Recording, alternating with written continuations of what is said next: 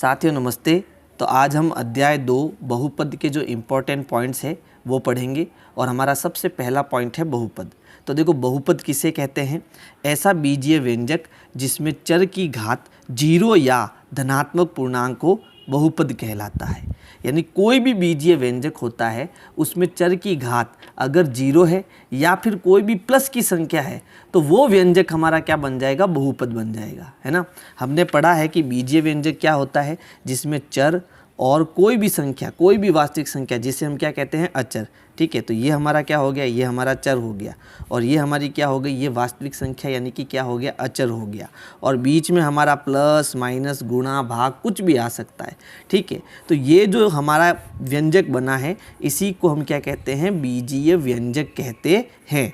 ठीक है, अब ये बीजीय व्यंजक जो है वो बहुपद कब बनेगा इसको भी समझो। ठीक है, तो बहुपद बनने के लिए क्या चाहिए कि जो ये चर है ना, इस चर पर घात आपकी क्या होनी चाहिए? पूर्ण संख्या होनी चाहिए। या तो आप कहो पूर्ण संख्या होनी चाहिए या फिर 0 या प्लस वाली संख्या यानी धनात्मक संख्या। ठीक है, इसी को हम पूर्ण संख्या कहते हैं। तो जैसे मैंने कुछ उदाहरण लिए हैं, यहाँ पर है x की घात 2 + 2x + 5। तो ये हमारा क्या एक बीजीय व्यंजक है। लेकिन क्या ये बहुपद है? बिल्कुल है, क्योंकि इसमें देखो चर क्या है? x है और उस पर घात कितनी है? 2। यहाँ पर चर क्या है? x है, इस पर घात कितनी है? 1। ये दोनों ही जो है प्लस की घात है ना। इसका मतलब ये हमारा एक बहुपद बनेगा। y + 3 भी हमारा क्या है? बहुपद, क्योंकि ये चर है y और इस पर घात कितनी है? 1 है। यहाँ पर चर क्या है? t और घात कितनी है? 3, घात है 2, घात है 1, यानी ये भी हमारा क्या है? बहुपद है। तो कौन सा बहुपद नहीं होगा? जैसे मान लो मैंने एक बीजीय व्यंजक लिया x की घात 1/2 + 5। ठीक है, तो ये जो बीजीय व्यंजक है ये हमारा बहुपद नहीं हो सकता। क्यों नहीं हो सकता? क्योंकि इस पर चर की जो घात है वो एक परिमेय संख्या है। कैसी संख्या है? परिमेय संख्या है, बट्टे वाली संख्या है। जबकि घात क्या होनी चाहिए? पूर्ण संख्या होनी चाहिए।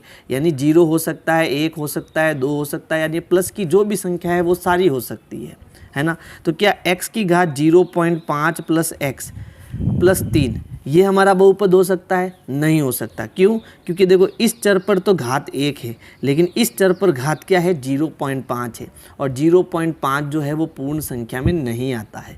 समझ गए आप? यानी घात कैसी होनी चाहिए? या तो 0 होना चाहिए या फिर प्लस का कोई भी नंबर हो सकता है।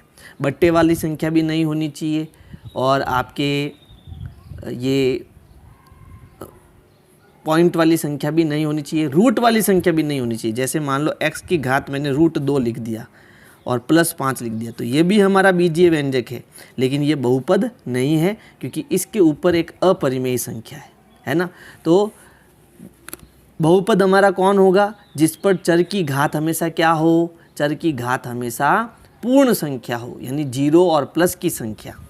ठीक है, चलो फिर है बहुपद की घात। दूसरा पॉइंट है बहुपद की घात। अब देखो बहुपद की घात क्या होता है? किसी बहुपद में सबसे बड़ी घात वाले पद के घातांक को उस बहुपद की घात कहते हैं। जैसे मान लो मैंने एक उदाहरण लिया, ये px का मतलब होता है बहुपद।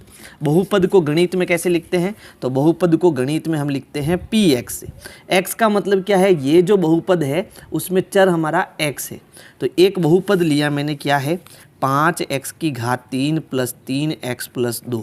तो ये हमारा बहुपद है और इसमें हमें समझना है कि बहुपद की घात क्या होती है। तो देखो इसमें ये भी हमारा चर है और ये भी हमारा क्या है? चर है। इस चर की घात 1 है लेकिन इस चर की घात कितनी है? 3 है। तो सबसे ज़्यादा घात क्या है? 3 है। तो वही हमारी क्या हो जाएगी? बहुपद की घात हो जाएगी। यानी अगर मैं इस बहुपद की घात पूछूं तो उत्तर हमारा कितना आएगा? 3 आएगा। इस बहुपद की घात कितनी है? 3 है। ठीक है, अब देखो यहाँ पर हमें 2 पॉइंट नोट करने हैं। नोट करने का मतलब इनको हमें याद रखना है। पहला पॉइंट है अचर बहुपद की घात सदैव शून्य होती है। अब अचर बहुपद क्या होता है? जिसमें चर नहीं होता। जैसे मैंने लिखा 3, तो ये हमारा इसमें चर नहीं है तो इसको हम क्या कहेंगे? अचर बहुपद। क्यों कहेंगे अचर बहुपद? इसको समझो। आप तो कहते हैं बहुपद क्या होता है?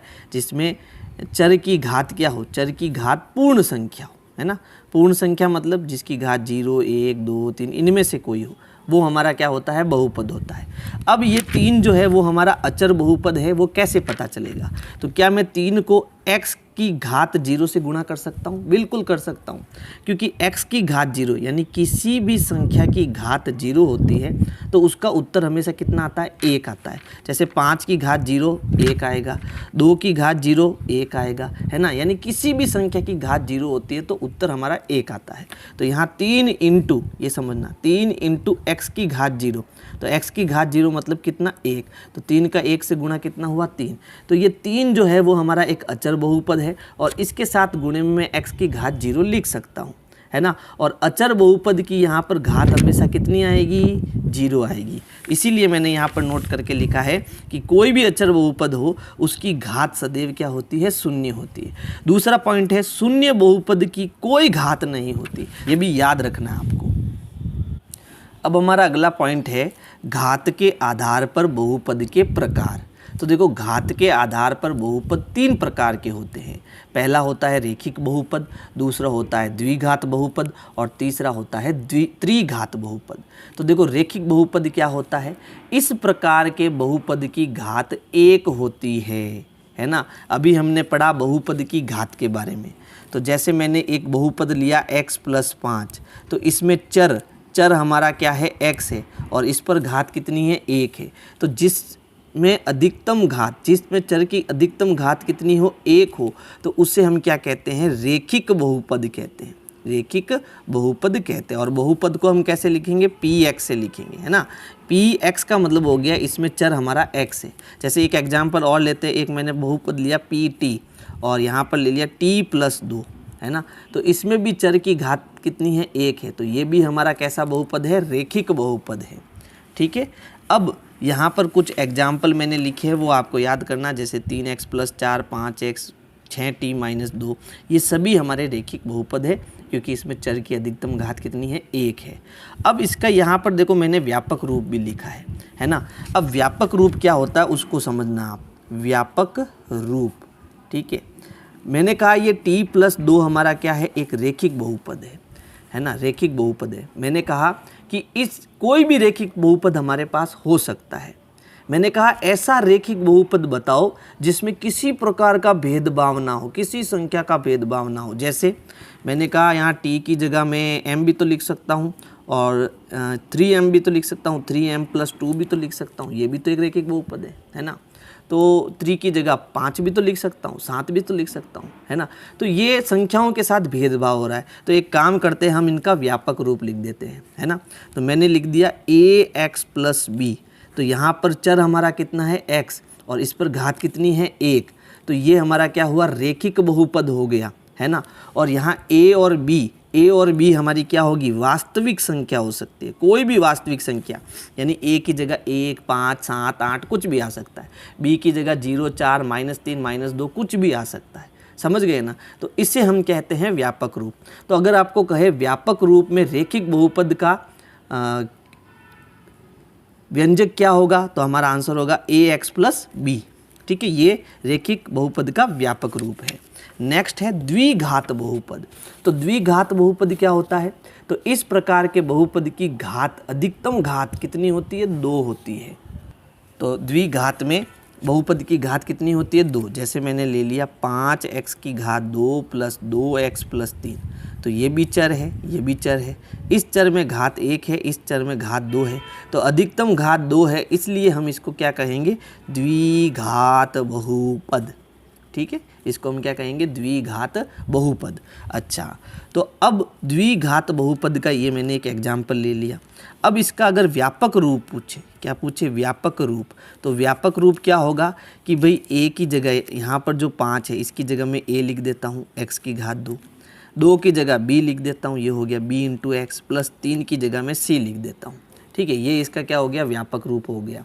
और इसको हम क्या कहेंगे? द्विघात बहुपद कहेंगे, जहाँ a, b और c कोई भी वास्तविक संख्या हो सकती है। तो द्विघात बहुपद में अधिकतम घात चर की कितनी होती है? 2 होती है। फिर नेक्स्ट है त्रिघात बहुपद। तो देखो त्रिघात बहुपद क्या है? इस प्रकार के बहुपद की घात कितनी होती है? 3 होती है, अधिकतम घात 3 होती है। जैसे मैंने कोई भी एक बहुपद लिया, जैसे पी टी एक बहुपद है, और बहुपद क्या है? टी की घात 3 plus 2t plus 5, 2t square कर देते हैं, प्लस 5t प्लस 6। ये मैंने एक व्यंजक लिखा, एक बहुपद लिखा। इसमें देखो चर कहाँ है? ये भी चर है, ये भी चर है, और ये भी चर है। इस चर की घात 1 है, इस चर की घात 2 है, और इस चर की घात अधिकतम घात कितनी है? 3 है। इसलिए अधिकतम घात है, इसका मतलब ये हमारा 3 घात वाला बहुपद, यानी क्या हो गया? त्रिघात बहुपद हो गया। ठीक है, अब इसको व्यापक रूप में लिखना है तो यहाँ t के साथ 1 है तो इसको हम a लिख देते हैं। a x की घात 3, x लेना ठीक रहेगा, a x की घात 3 प्लस b x की घात 2 plus c x plus d। यहाँ अचर बहुपद क्या आ जाएगा? पद आ जाएगा d। ठीक है, ये हमारा इसका क्या हो जाएगा? व्यापक रूप हो जाएगा। अब यहाँ a b c d ये हमारी क्या है? कोई भी वास्तविक संख्या हो सकती है इनकी जगह पर। अच्छा, एक चीज़ आपको और ध्यान रखनी है, यहाँ पर जब हम त्रिघात की बहुपद की बात करते हैं तो ये जो a है वो हमारा कभी भी 0 नहीं होना चाहिए, क्योंकि आगे वाली संख्या 0 हो गई तो ये पूरा 0 हो जाएगा। अब ये पूरा 0 हो गया तो फिर ये त्रिघात बहुपद तो कैसे कहलाएगा? नहीं कहला सकता, है ना। तो ये आगे वाली संख्या a हमारा 0 नहीं होना चाहिए। इसी केस में देखो द्विघात में भी a हमारा, यहाँ पर a हमारा 0 नहीं होना चाहिए। अगर 0 हो गया तो ये रेखिक बहुपद बन जाएगा, इसलिए इसके व्यापक रूप में ये हमें बताना पड़ेगा a हमारा 0 नहीं होना चाहिए, और त्रिघात में भी a हमारा 0 नहीं होना चाहिए। अगला पॉइंट है बहुपद का शून्यक। अब ये बहुपद का शून्यक क्या होता है? बहुपद क्या होता है वो तो पता है, लेकिन वो शून्यक क्या है उसको समझना है। एक वास्तविक संख्या के, यानी कोई भी एक आप संख्या ले लो, +1 +3 -2 -4 2/3, कोई भी XYZ कोई भी संख्या ले लो, तो एक वास्तविक संख्या के बहुपद px का शून्यक कहलाती है यदि p के बराबर क्या हो? 0 हो। अब इसको समझना, जैसे मैंने एक बहुपद लिया x + 5, एग्जाम्पल में देखो मैंने एक बहुपद लिया x + 5। अब इसमें चर क्या है? x, तो इसको मैं px लिख सकता हूँ, है ना। px मतलब ये एक बहुपद है। अब वापस परिभाषा पढ़ो, परिभाषा क्या है? एक वास्तविक संख्या, यानी यहाँ पर मुझे x की जगह कोई भी एक ऐसी संख्या सोचनी है कि मैं अगर इस वास्तविक संख्या के अंदर, यानी ये जो वास्तविक संख्या k है वो इस बहुपद के अंदर px का एक शून्य हो जाएगी, एक शून्यक हो जाएगी यदि p के बराबर क्या हो जाए? 0 हो जाए। यानी x की जगह मुझे एक ऐसी संख्या सोचनी है वो इस बहुपद में रखने पर इस पूरे का मान क्या हो जाए? 0 हो जाए। जैसे मान लो मैंने यहाँ x की जगह 1 रखा तो 1 + 5 कितना हो गया? 6 हो गया, तो ये 0 तो नहीं हुआ। 2 रखा तो 5 और 2 कितना हो गया? 7 हो गया, ये 0 नहीं हुआ। लेकिन अगर p और x की जगह मैं -5 रख दूँ, x की जगह मैं -5 रख दूँ तो देखो यहाँ x की जगह आ जाएगा -5 + 5, 5 में से 5 गया तो p - 5 मुझे क्या मिल गया? 0 मिल गया। ठीक है, तो जिस पर बहुपद का मान 0 आ जाता है वही मान जो होता है वो इस बहुपद का क्या होता है? शून्यक होता है। तो अगर आपको पूछे कि x + 5 का शून्यक क्या होगा तो -5 इसका शून्यक होगा। ठीक है, यानी x बराबर -5 जो है वो -5 x का इस बहुपद का क्या है? शून्यक है। ठीक है, तो यहाँ पर मैंने नीचे लिखा -5 बहुपद px का एक शून्यक है। एक एग्जाम्पल हम और लेते हैं, जैसे मैंने एक बहुपद लिया px बराबर 2x/3। अब यहाँ x का मान मुझे रखना है और ऐसा मान रखना है कि यहाँ पर इस पूरे बहुपद का मान क्या हो जाए? 0। यानी इस पूरे को जब मैं सरल करूँ तो मेरा उत्तर क्या आ जाए? 0 आ जाए। यानी कुल मिला के मुझे क्या चाहिए? मुझे इस px का मान क्या चाहिए? 0 चाहिए। ठीक है, अब वो मुझे पता नहीं चल रहा है कि यहाँ मुझे क्या रखना है कि ये पूरा 0 हो जाए। तो एक आइडिया बताता हूँ, px को आप किसके बराबर रख दो? 0 के बराबर। अब px आपका क्या है? px आपका है 2x + 3। तो px की जगह आप क्या लिख दो? 2x + 3 लिख दो और बराबर में क्या आ गया? 0। अब ये बन गया हमारा समीकरण। अब यहाँ x का मान रखना है, बाकी सबको उधर भेजना है। तो पहले तो इस +3 को उधर भेजो, तो 2x अपनी जगह पर, बराबर अपनी जगह पर, 0 अपनी जगह पर, +2 उधर गया तो बन गया -3। 0 में से -3 गया, कितना बचा? -3। यानी 2x बराबर हमें मिला -3। -3। अब ये 2 गुणे में है तो उसको उधर भेजो, तो x बराबर -3 अपनी जगह पर, ये 2 गुणे में है उधर गया तो बट्टा 2 हो गया, यानी x का मान मुझे -3/2 मिला। तो यहाँ पर अगर मैं x का मान -3/2 रख देता हूँ तो मुझे px का क्या मान मिल जाएगा, 0 मिल जाएगा। यानी कि अब px का शून्यक मुझे पता चल चुका है ना। इस x की जगह पर 2 गुणा x कितना रख दूँ, -3/2 रख दूँ, आगे कितना है +3 है। अब इसको सरल करूँगा तो px का मान मुझे 0 मिलेगा। देखो 2 से 2 कटा, बचा -3, आगे है +3, 3 में से 3 गया 0, है ना। तो ये शून्यक निकालने का तरीका हो गया। शून्यक कैसे निकालना, जो बहुपद हमें दिया हुआ है उसको 0 के बराबर कर दो। जैसे ही आप 0 के बराबर करोगे आपको x का मान मिलेगा, और जो ये x का मान मिलेगा वही इस बहुपद का क्या होगा, शून्यक होगा। ठीक है। अगला पॉइंट है बहुपद के शून्यांक तथा गुणांक में संबंध। ठीक है, तो जो हमने बहुपद पढ़े, हमने 3 प्रकार के बहुपद पढ़े। रेखिक बहुपद जिसमें चर की घात 1 होती है, द्विघात बहुपद जिसमें चर की घात अधिकतम घात 2 होती है, और त्रिघात बहुपद जिसमें चर की अधिकतम घात 3 होती है। तो इन तीनों के हमें देखो शून्यांक क्या होता है, अभी मैंने बताया, जिस पर बहुपद का मान क्या होता है, 0 हो जाता है, उसको हम शून्यांक कहते हैं। और गुणांक क्या है, तो जो अभी हमने व्यापक रूप बनाए हैं, है ना, जैसे रेखिक बहुपद का व्यापक रूप क्या बनाया, ax + b, ये रेखिक बहुपद का व्यापक रूप हो गया। द्विघात बहुपद का व्यापक रूप क्या बनाया, ax की घात 2 + bx + c। और त्रिघात का व्यापक रूप क्या बनाया, ax की घात 3 + bx की घात 2 + cx + d। ठीक है, तो अब इसमें देखो गुणांक क्या होता है, अब उसको समझना हो। शून्यांक तो आपको समझ में आ गया शून्यांक क्या होता है, अब गुणांक क्या होता है उसको समझो। यहाँ पर चर के साथ जो संख्या गुणे में होती है उसी को हम गुणांक कहते हैं। जैसे x का गुणांक क्या हो गया, a हो गया। ठीक है, और यहाँ कोई चर नहीं है तो ये हमारा अचर पद का गुणांक हो गया, है ना, ये क्या हो गया, अचर पद का गुणांक। ठीक है, और यहाँ पर x की घात 2 का गुणांक a हो गया, x का गुणांक b हो गया, और ये हो गया अचर पद का गुणांक। फिर x की घात 3 का गुणांक a हो गया, x की घात 2 का गुणांक b हो गया, x का गुणांक c हो गया, और ये अचर पद का गुणांक हो गया। ठीक है, तो ये 3 तो चर के गुणांक है और ये लास्ट वाला हमारा अचर पद का गुणांक है ना। तो अब आपको दोनों पता चल गए, शून्यांक भी पता चल गए। शून्यांक क्या होता है, जिसमें बहुपद का पूरा मान क्या हो जाता है, 0 हो जाता है, उसको हम शून्यांक कहते हैं। और गुणांक क्या होता है, जो चर के साथ गुणे में होते हैं उसको हम गुणांक कहते हैं। अब इन दोनों में क्या संबंध है उसको हमें समझना है। तो देखो सबसे पहले हम रेखिक बहुपद के लिए उसके शून्यांक और गुणांकों में संबंध स्थापित करते हैं। तो देखो रेखिक बहुपद क्या होता है, जैसे मैंने एक उदाहरण लिया 2x + 3, ये हमारा एक रेखिक बहुपद है क्योंकि इसमें चर की घात 1 है ना। और इसका व्यापक रूप क्या होगा, ax + b, ये इसका व्यापक रूप होगा। अब इसका एक शून्यांक होगा, यानी जब मैं इसको सरल करूंगा तो मुझे इसका क्या मिलेगा, एक शून्यांक मिलेगा। अब शून्यांक निकालने के लिए मैंने क्या करा, तो 2x + 3 को मैंने 0 के बराबर करा। अब मैंने 3 को उधर भेजा तो 2x बराबर क्या आ गया, -3 आ गया। 2 को उधर भेजा तो ये गुणे में है तो उधर जाके ये बट्टे में आ गया, यानी -3/2 हो गया।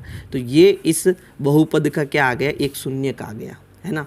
तो इसको भी जब हम सरल करेंगे तो इसका भी क्या आएगा, एक शून्यक आएगा। उस शून्यक को मैंने क्या मान लिया, अल्फा मान लिया। देखो ये ABCD वाले जो होते हैं ना, वो व्यापक रूप में थोड़ा आपको ध्यान से समझना पड़ता है। यहाँ पर तो मुझे संख्या मिल गई, लेकिन यहाँ पर मुझे संख्या सोच समझकर बतानी पड़ेगी। तो मैंने एक इसका शून्यांक बता दिया अल्फा, ये अल्फा है, क्या है, अल्फा। तो अल्फा इसका क्या हो गया, एक शून्यक हो गया, क्या हो गया, शून्यक हो गया। अब मुझे इसमें शून्यक निकालना है तो मैं कैसे निकालूंगा, तो इसको मैं 0 के बराबर करूंगा, है ना। पहले b उधर जाएगा तो ax बराबर ये b प्लस का उधर जाके माइनस का b हो गया। अब ये a गुणे में है तो ये इसके नीचे जाएगा, तो x बराबर मुझे क्या मिल गया, -b/a मिल गया, है ना। अब x का कोई भी जो मान होगा वही तो हमारा शून्यक होगा, तो उसको मैंने क्या मान लिया यहाँ पर अल्फा। तो अल्फा की x की जगह मैंने लिख लिया अल्फा, अल्फा यहाँ पर एक शून्यक है, ठीक है, बराबर ये -b/a, अभी मैंने बताया ये क्या है, गुणांक है ना। अब गुणांक भी किसके गुणांक है, तो देखो यहाँ पर ये b तो है अचर पद, है ना, तो ये b हमारा हो गया अचर पद का गुणांक।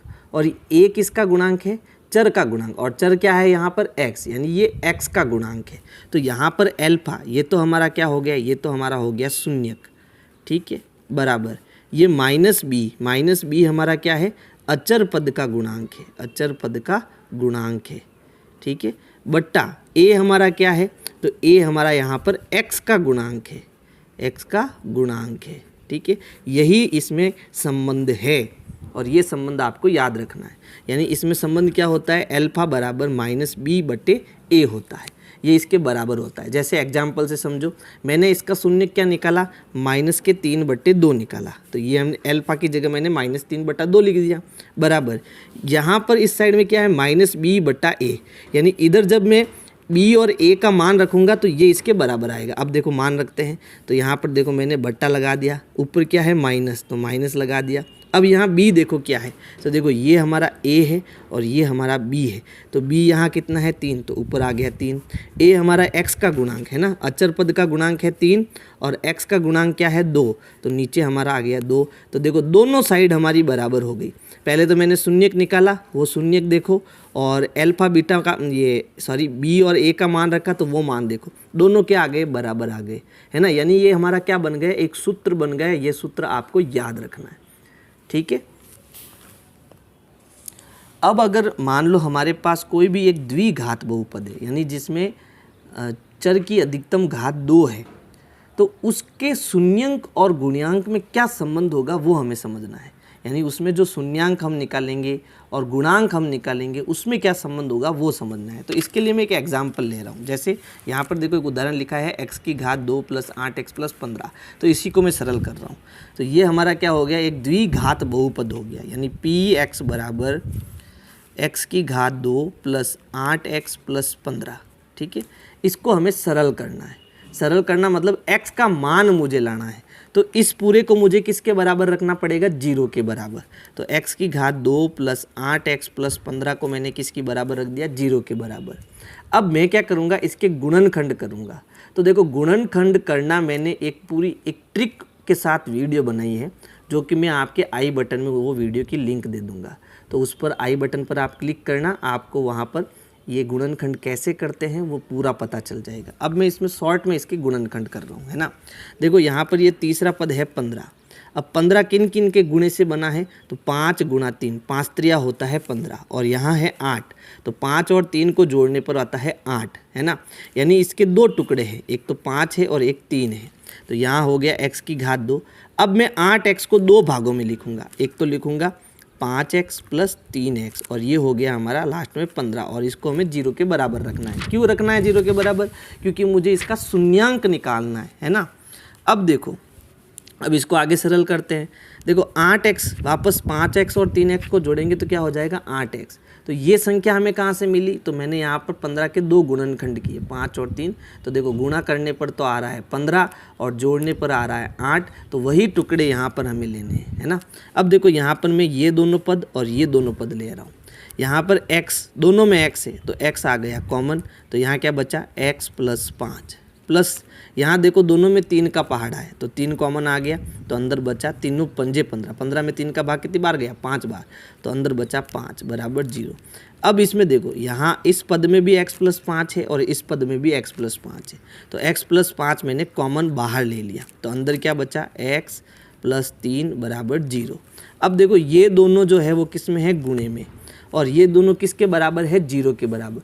तो देखो कोई भी संख्या होती जैसे a × b, वो 0 कब होगी, या तो a 0 हो या b 0 हो, है ना, या दोनों ही 0 हो, तब ये गुणा करने पर 0 आएगा। जैसे 3 का गुणा मैं 0 से करूँगा तभी तो 0 आएगा, या फिर 0 का गुणा 3 से करूँगा तभी तो 0 आएगा, है ना। तो भी ये दोनों गुणे में है और ये 0 हो रहा है, इसका मतलब ये दोनों क्या है, 0 है। इन दोनों में से कोई एक 0 होगा, यानी या तो x + 5 0 होगा या x + 3 0 होगा। इन दोनों में से कोई एक 0 होगा, तभी ये 0 बनेगा, नहीं तो नहीं बन सकता। अब मुझे यहाँ से x चाहिए, तो प्लस का 5 उधर गया, क्या हो गया माइनस का 5। यहाँ से मुझे x चाहिए, तो 3 उधर गया, तो क्या हो गया -3। यानी यहाँ पर मुझे 2 शून्यांक मिले, है ना, 2 वास्तविक संख्याएं मिली, और ये दोनों क्या है, शून्यांक है। अगर इस बहुपद के अंदर मैं -5 रखूँगा और फिर इसको सरल करूँगा, x की जगह -5 रखूँगा और सरल करूँगा तो ये क्या आएगा, 0 आएगा। -3 रखूँगा तब भी ये क्या आएगा, 0 आएगा। और इन दोनों नंबर के अलावा आप कोई भी वास्तविक संख्या रख देना, इसका मान कभी 0 नहीं आएगा। तो चलो मैं एक बार -5 रख के देखता हूँ 0 आता है या नहीं आता है। तो देखो हमारा जो बहुपद है वो क्या है, x की घात 2 + 8x + 15। इसमें हमने x बराबर कितना निकाला, -5 निकाला। ये इसका एक शून्यक है। अगर मैं x की जगह पर जहाँ जहाँ x है वहाँ पर -5 रखता हूँ तो मुझे ये 0 मिलना चाहिए, तभी ये इसका शून्यक होगा, नहीं तो नहीं होगा। अब देखो -5 की घात 2 का मतलब होता है, -5 की घात 2 का मतलब होता है -5 × -5। तो माइनस माइनस हो गया प्लस और 5 25। तो इसको जब हम सरल करेंगे तो ये आएगा प्लस का 25। अब यहाँ है प्लस का 8 और यहाँ है इंटू और यहाँ है माइनस। तो प्लस इंटू माइनस क्या होता है, माइनस। 8 का 5 से गुणा कितना हो गया, 8 × 5 = 40। प्लस कितना आ गया, 15। अब ये भी प्लस का है, ये भी प्लस का है, तो दोनों प्लस वाले जुड़ेंगे, यानी 25 और 15 जुड़ जाएंगे। तो 5 और 5 10, हासिल का 1, 2 और 1 3 और 1 कितना हो गया, 4। तो ये हो गया प्लस का 40 और यहाँ पर क्या है, माइनस का 40। 40 में से 40 गया, क्या आया, 0। यानी कि -5 इसका क्या है, एक शून्यक है। तो देखो इसके दो शून्यक है, -5 और -3। हमेशा ध्यान रखना, द्विघात यानी जिसमें घात 2 होती है, चर में अधिकतम घात 2 होती है तो उसके शून्यक भी 2 आते हैं। घात 1 होती है अधिकतम तो शून्यक भी 1 आता है, और घात 3 होती है तो उसके शून्यक भी हमेशा 3 आते हैं। ये भी आपको नोट करना है। अब देखो द्विघात जो बहुपद होते हैं, अभी मैंने बताया शून्यक हम कैसे निकालते हैं ना, और शून्यक और गुणांक इनके बीच जो संबंध होता है वो भी आपको अभी याद रखना है। अब मैंने यहाँ पर 2 शून्यांक मान ली, मान लो जो अभी -5 आया था और -2 आया था, 2 शून्यक आए थे ना, तो मैं -5 की जगह मान लेता हूँ अल्फा और 1 शून्यक मान लेता हूँ बीटा। ये मेरे क्या हो गए, 2 शून्यक हो गए। और गुणांक तो आपको पता ही है, गुणांक क्या होता है, तो देखो इसका व्यापक रूप क्या है, ax की घात 2 + bx + c। तो ये a b c जो है वो इसके क्या हो गए, गुणांक होंगे। और आपको अब इनके शून्यांक और गुणांक के सूत्र जो है वो याद रखना।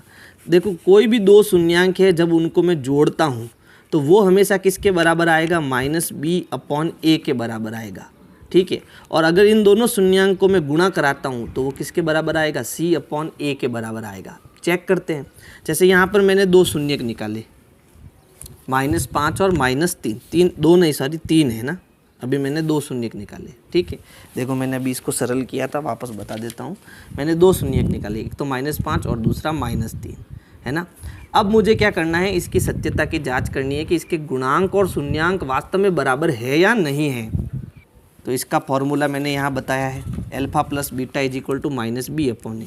तो हमारा एक शून्यक हो गया -5, अल्फा की जगह आएगा -5, बीटा की जगह आएगा -3। वो -b/a के बराबर होना चाहिए। तो चलो चेक करते हैं। तो अल्फा + बीटा, तो यहाँ दोनों माइनस के हैं, तो ये हो गया -5 और -3। यहाँ प्लस की जगह आपको माइनस लिखना है क्योंकि दोनों माइनस के, ठीक है, इसका ध्यान रखना। तो ये हो गया अल्फा + बीटा = क्या आना चाहिए, -b/a। अब देखो b और a क्या है यहाँ पर, तो यहाँ पर हमारा जो प्रश्न था वो क्या था, x की घात 2 + 8x + 15, है ना। ये हो गए यहाँ पर a कितना है, 1। ये हो गया b और ये हो गया c।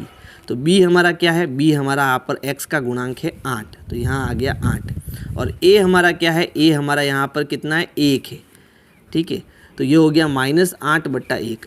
माइनस माइनस जुड़ता है ना, माइनस माइनस जुड़ेगा, उत्तर माइनस में आएगा। तो 5 और 3 हो गया -8। तो -8 बराबर -8/1। 8/1 का मतलब -8 ही होता है। तो -8 बराबर -8। दोनों साइड बराबर हो गई, इसका मतलब ये हमारा कथन सही है। ये शून्यांक हो गए और ये गुणांक हो गए और इन दोनों में ये संबंध हो गया। जब इनका गुणा करूँगा तब भी इनके ये शून्यांक का गुणा जो होगा वो उनके गुणांक के बीच में ये संबंध आएगा, ठीक है। तो ये आपको याद रखना है। अब है त्रिघात बहुपद।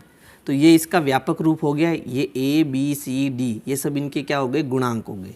और इनमें कितने शून्यक निकलेंगे, तो मैंने बताया था इसमें अधिकतम घात 3 है, तो इसके शून्यक भी 3 निकलेंगे। यानी ऐसे 3 नंबर होंगे जो यहाँ पर x का मान रखेंगे हम इन तीनों के तीन मान ऐसे होंगे जिस पर ये पूरा क्या हो जाएगा, जीरो हो जाएगा। कोई भी तीन मान हो सकते हैं वो, तो वो मैंने मान लिया अल्फा, बीटा और गामा, ये गामा है, ठीक है।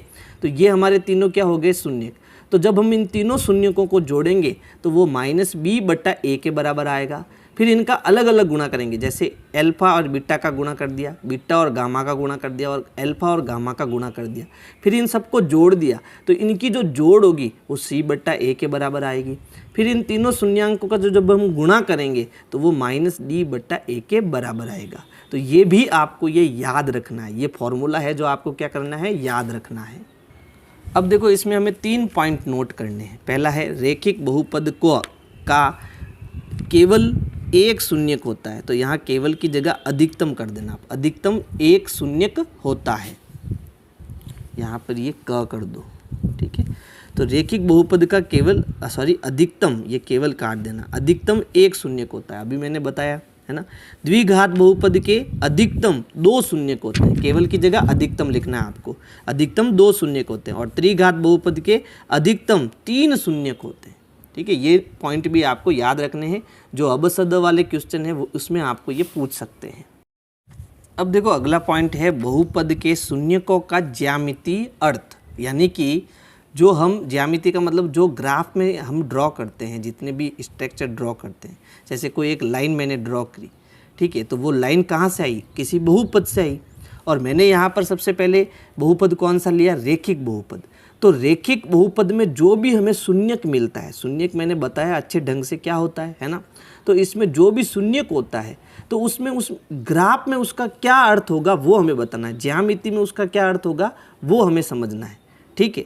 तो हम जानते हैं कि कोई भी रैखिक बहुपद, उसका हमें एक एग्जाम्पल लेना पड़ेगा, जैसे px एक मैंने रैखिक बहुपद लिया बराबर 2x - 4, और ग्राफ बनाने के लिए मुझे क्या करना पड़ेगा, उसकी सारणी बनानी पड़ेगी। तो सारणी में हमें एक तो चाहिए x अक्ष और दूसरी चाहिए y अक्ष, है ना। तो ये हमारी हो गई x अक्ष और दूसरी चीज़ है y हमारा यहाँ पर क्या है px, तो नीचे आ गया px, ठीक है। अब इनके मैं 3-4 मान निकाल देता हूँ। जैसे मान लो यहाँ x की जगह पर मैं 1 रखता हूँ, यहाँ x की जगह 1 रखता हूँ, तो 2 का 1 से गुणा हो गया, तो कितना बन गया 2। 2 में से 4 निकालेंगे तो कितना बना -2, है ना, क्योंकि माइनस का बड़ा है तो उत्तर माइनस में आएगा, घटाएंगे लेकिन उत्तर माइनस में आएगा। तो px हमें मिला -2। फिर अगर मैं x की जगह 2 रखता हूँ, यानी यहाँ पर 2 रखता हूँ, तो 2 का 2 से गुणा हो गया 4, 4 में से 4 गया 0, यानी यहाँ पर मुझे जब मैं x 2 रखता हूँ तो px मुझे 0, यानी ये हमारा एक शून्यक हो गया, कौन 2 एक शून्यक हो गया, 2 पर ये पूरा मान क्या आ रहा है, 0 आ रहा है, इसलिए 2 हमारा शून्यक है। फिर अगर मैं 3 रखता हूँ x की जगह पर, तो 3 दूनी 6, 6 में से 4 गए, बचा प्लस का 2। फिर अगर मैं 4 रखता हूँ तो 4 दूनी 8, 8 में से 4 गया, बचा प्लस का 4, ठीक है। तो केवल देखो 2 पर ही हमें 0 मिल रहा है, बाकी किसी पर हमें 0 नहीं मिल रहा है। अब हमें इसका ग्राफ बना लेते हैं। तो देखो ग्राफ के लिए हमें क्या करना है, हमें चाहिए सारणी। सारणी मैंने बना ली पहले, और ये हमारी देखो, ये हमारी क्या हो गई, x अक्ष हो गई, और ये हमारी क्या हो गई, y अक्ष मतलब px हो गया, ठीक है। तो देखो अगर x में 1 पर जाता हूँ, यानी यहाँ से यहाँ 0 से यहाँ, ये हो गई x अक्ष पर चलेंगे और फिर y अक्ष पर चलेंगे। तो x अक्ष पर मैं कहाँ पर जा रहा हूँ, 1 पर, तो px में कहाँ पहुँचता हूँ, -2 पर। तो x में यहाँ पर मैं आ गया 1 पर, और y हमारी ये खड़ी लाइन है ना, और y कितना है -2, और -2 नीचे है, यानी 1 और -2, यानी यहाँ पर हमें एक पॉइंट मिलता है। फिर है 2 पर 0, तो x पर है प्लस का 2 और y पर है 0, 0 कहाँ है, यहाँ पर ही है हमारा, तो यही हमारा पॉइंट हो जाएगा। फिर x पर 3, ये हो गया x पर 3, y पर प्लस का 2 कहाँ है, ऊपर, ये हो गया 1 और ये हो गया 2, तो ये पॉइंट हमें यहाँ मिलेगा। फिर x पर 4 और y पर 4, तो x पर ये प्लस का 4 और y पर ऊपर प्लस का 4, तो 4 हमारा कहाँ है, यहाँ पर है, ठीक है। इन सभी पॉइंट को हम मिलाएंगे तो हमें ग्राफ मिलेगा। तो चलो मिलाते हैं स्केल से। तो ग्राफ हमारा एक सीधी लाइन है ना। और देखो ये बहुपद का जो शून्यक है, बहुपद का शून्यक क्या है, 2 है ना। ये हमारा क्या है, शून्यक है। क्यों, क्योंकि इस पर बहुपद का मान क्या आ रहा है, 0 आ रहा है, px का मान 0 आ रहा है, इसलिए 2 हमारा शून्यक है।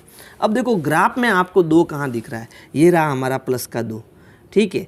और यहाँ पर ये 2 हमारा क्या हो गया, शून्यक हो गया। अब हमें इसमें ज्यामिति क्या अर्थ पता चल रहा है, तो ज्यामिति ये अर्थ पता चल रहा है कि एक्स अक्ष पर जो हमारा ग्राफ कट करता है वही हमारा क्या होता है, शून्यक होता है। यानी ये जो लाइन है, ये जो सीधी रेखा है, वो एक्स अक्ष पर कौन से पॉइंट पर काट रहा है, तो वो हमें 2 पॉइंट पर काट रहा है, दूसरे नंबर पर काट रहा है, इसलिए 2 हमारा क्या हो गया, शून्यक हो गया। यही जो है वो ज्यामिति अर्थ होता है। ठीक है, अब हम अगला ग्राफ समझते हैं। तो अगला पॉइंट हमारा है द्विघात बहुपद। तो द्विघात बहुपद में हमें पता करना है कि शून्य क्या होगा। तो अभी हमने एक चीज़ समझी, हमने क्या समझा कि एक्स अक्ष पर जो जो पॉइंट कट करता है वही हमारा शून्यक होता है। तो देखो इस एक्स पर यहाँ पर कितना है, 2, ये 1 और ये 2 पर हमारा देखो ग्राफ कट कर रहा है ना, तो ये हमारा शून्यक हो गया। इसी प्रकार ये -2 है, यहाँ पर भी ये कट कर रहा है, तो ये भी हमारा क्या हो गया, शून्यक हो गया। अब ये ग्राफ बना कैसे, पहले हम वो समझते हैं ताकि आपको शून्यक बड़ी आसानी से समझ में आ जाए। तो देखो इसमें हमारा जो बहुपद है वो है x⁻2 - 4, यानी यहाँ पर मैं शुरुआत करता हूँ -2 से। ठीक है, तो अगर मैं x की जगह -2 रखता हूँ तो मुझे क्या मिलेगा, यानी px का मान क्या मिलेगा, बहुपद का मान क्या मिलेगा। तो देखो -2⁻2 मतलब -2 × -2, तो माइनस माइनस हो गया plus, minus into minus plus, 2 दूनी 4, तो मुझे प्लस का 4 मिला। तो ये हो गया 4 - 4 कितना आ गया, 0। यानी जब मैं -2 रखूँगा x तो मुझे 0 मिलेगा। अब अगर मैं -1 रखूँ तो यहाँ -1 आएगा, -1⁻2 करने पर हमें प्लस का 1 मिलेगा। अब 1 में से मैं -4 घटाऊंगा तो मुझे कितना मिलेगा, -3, क्योंकि माइनस का बड़ा है तो उत्तर माइनस में आएगा, है ना। तो यहाँ मुझे मिला -3। अब अगर मैं x 0 रखता हूँ, यहाँ 0 रखता हूँ तो ये पूरा 0 हो जाएगा। 0 में से 4 घटाएंगे तो मुझे क्या मिलेगा, -4 मिलेगा, तो मुझे यहाँ मिलेगा -4। अब अगर मैं प्लस का 1 रखता हूँ तब भी मुझे कितना मिलेगा, -3 मिलेगा। 2 रखता हूँ तो 2 का वर्ग 4 होता है, 4 में से 4 गया, 0 मिलेगा। 3 रखता हूँ तो 3 का वर्ग, अब समझना 3 का वर्ग कितना होता है, 9, 3 × 3 9 होता है, -4 करेंगे तो कितना आ गया, 5, यानी 3 रखने पर मुझे मिलेगा प्लस का 5। अब ये सारे पॉइंट में जो है मैं ग्राफ में रखूँगा। देखो हमारा ग्राफ कैसा बनता है ना। तो देखो यहाँ पर मैंने पहले से x अक्ष और p अक्ष बना रखा है। ये हमारा हो गया x अक्ष और ये हो गया y अक्ष, y मतलब p अक्ष है ना, p अक्ष हो गया। ठीक है, अब सबसे पहले x अक्ष पर -2 पर हम कहाँ पर है, 0 पर। तो ये हो गया हमारा x अक्ष पर -2 पर ना तो ऊपर जाना है ना नीचे जाना है, यानी ये 0 पर है। ठीक है, ये हो गया 0। अब -1 पर हमें -3 जाना है, तो x अक्ष पर -1 और y अक्ष पर -3, तो -3 हमारा नीचे यहाँ पर है, तो यहाँ पर हमारा पॉइंट होगा। फिर x अक्ष पर 0 और y अक्ष पर -4, तो 0 हमारा यही है, और y अक्ष पर -4 यानी कि -4 हमें कहाँ मिलेगा, नीचे मिलेगा, तो ये हमारा पॉइंट हो गया अगला। फिर है +1 पर -3, यानी x अक्ष पर तो 1 और y अक्ष पर -3, तो -3 कहाँ है 1 के, यहाँ पर है नीचे, ये y अक्ष है। ठीक है, फिर 2 पर 0, x अक्ष पर प्लस का 2, ये हो गया 2, और 2 पर क्या है, 0 ही है, यानी हमारा पॉइंट यहीं पर है। फिर अगला पॉइंट है 3 पर 5, तो x अक्ष पर प्लस का 3 और y अक्ष पर कितना आ जाएगा, 5 आ जाएगा, यानी कि यहाँ पर ऊपर ये पॉइंट आएगा हमारा। ठीक है, इसी प्रकार अगर मैं -3 रखूँगा तब भी मुझे यहाँ पर प्लस का 5 मिलेगा। अब मैं अगर इस ग्राफ को मिलाऊँ तो देखो यहाँ पर ये पॉइंट इससे मिलेगा, ये इस पॉइंट से मिलेगा, फिर नीचे ये इस पॉइंट से मिलेगा, है ना, समझ में आ रहा है ना। फिर ये इस पॉइंट से फिर ऊपर जाएगा, फिर ऐसे जाएगा, फिर ये वापस सीधा इस प्रकार से इससे मिल जाएगा। तो एक परवलयाकार, ऐसे जो आकार बनते हैं यूं नीचे, है ना, ये जो आकार होते हैं इनको परवलयाकार बोलते हैं, परवलयाकार। ठीक है, तो एक परवलयाकार आकृति हमें मिलेगी। अब यहाँ पर देखो ये 2 पॉइंट पर कट कर रहा है क्या, एक्स अक्ष को कितने पॉइंट पर कट रहा है, एक तो +2 पर कट कर रहा है, एक -2 पर कट कर रहा है। तो जहाँ पर ये एक्स अक्ष को ग्राफ कट कर रहा है वही हमारे क्या है, शून्यक है।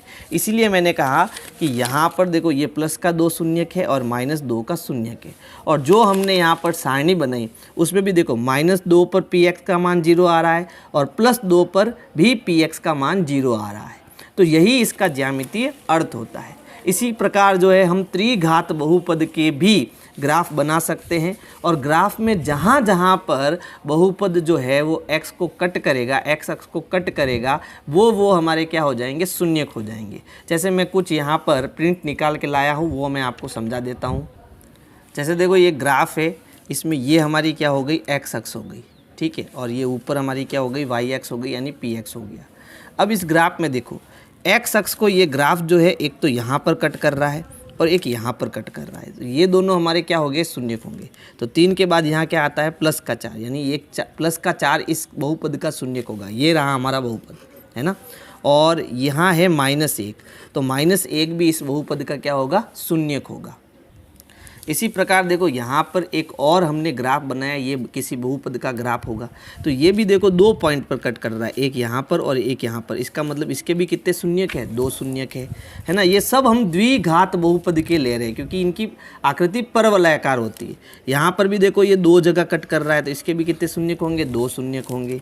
फिर देखो यहाँ पर ये जो बहुपद है इसका ग्राफ यहाँ x अक्ष पर केवल एक पॉइंट पर कट कर रहा है ना, तो इसका केवल एक ही शून्यक होगा, 2 शून्यक इसके नहीं होंगे। अधिकतम 2 हो सकते हैं, ठीक है, और कम से कम 0 या 1 भी हो सकता है। फिर देखो यहाँ पर भी ये एक पॉइंट पर कट कर रहा है, इसका मतलब इसमें भी एक शून्यक है ना। तो जैसे जैसे हम ग्राफ बनाते हैं वैसे वैसे हमें शून्यक का पता चलता जाता है। इसी प्रकार देखो यहाँ पर एक ग्राफ और है, तो ये ग्राफ देखो x अक्ष के ऊपर की ओर है, ये x अक्ष को कट नहीं कर रहा है। इसका मतलब इसके कितने शून्यक है, इसके शून्यक जो है वो 0 है। शून्यक क्या है, 0 है, क्योंकि ये इस ग्राफ जो है x अक्ष पर कट कर ही नहीं रहा है। इसी प्रकार ये देखो ये नीचे की तरफ ग्राफ बना है ना, यानी ये भी x अक्ष को कट नहीं कर रहा है, इसका मतलब इसके शून्यक कितने हैं, 0 है। इसी प्रकार देखो ये एक त्रिघात बहुपद का ग्राफ है, और ये ग्राफ कुछ इस प्रकार का बना है ना, S जैसे। और ये कहाँ कहाँ कट कर रहा है, देखो एक तो यहाँ पर कट कर रहा है, एक यहाँ पर कट कर रहा है, और एक यहाँ पर कट कर रहा है। यानी x अक्ष को ये ग्राफ 3 जगह पर कट कर रहा है। इसका मतलब इसके 3 शून्यक है। तो देखो एक तो हो गया आपका -2, दूसरा हो गया आपका यहाँ पर 0, और तीसरा हो गया +2।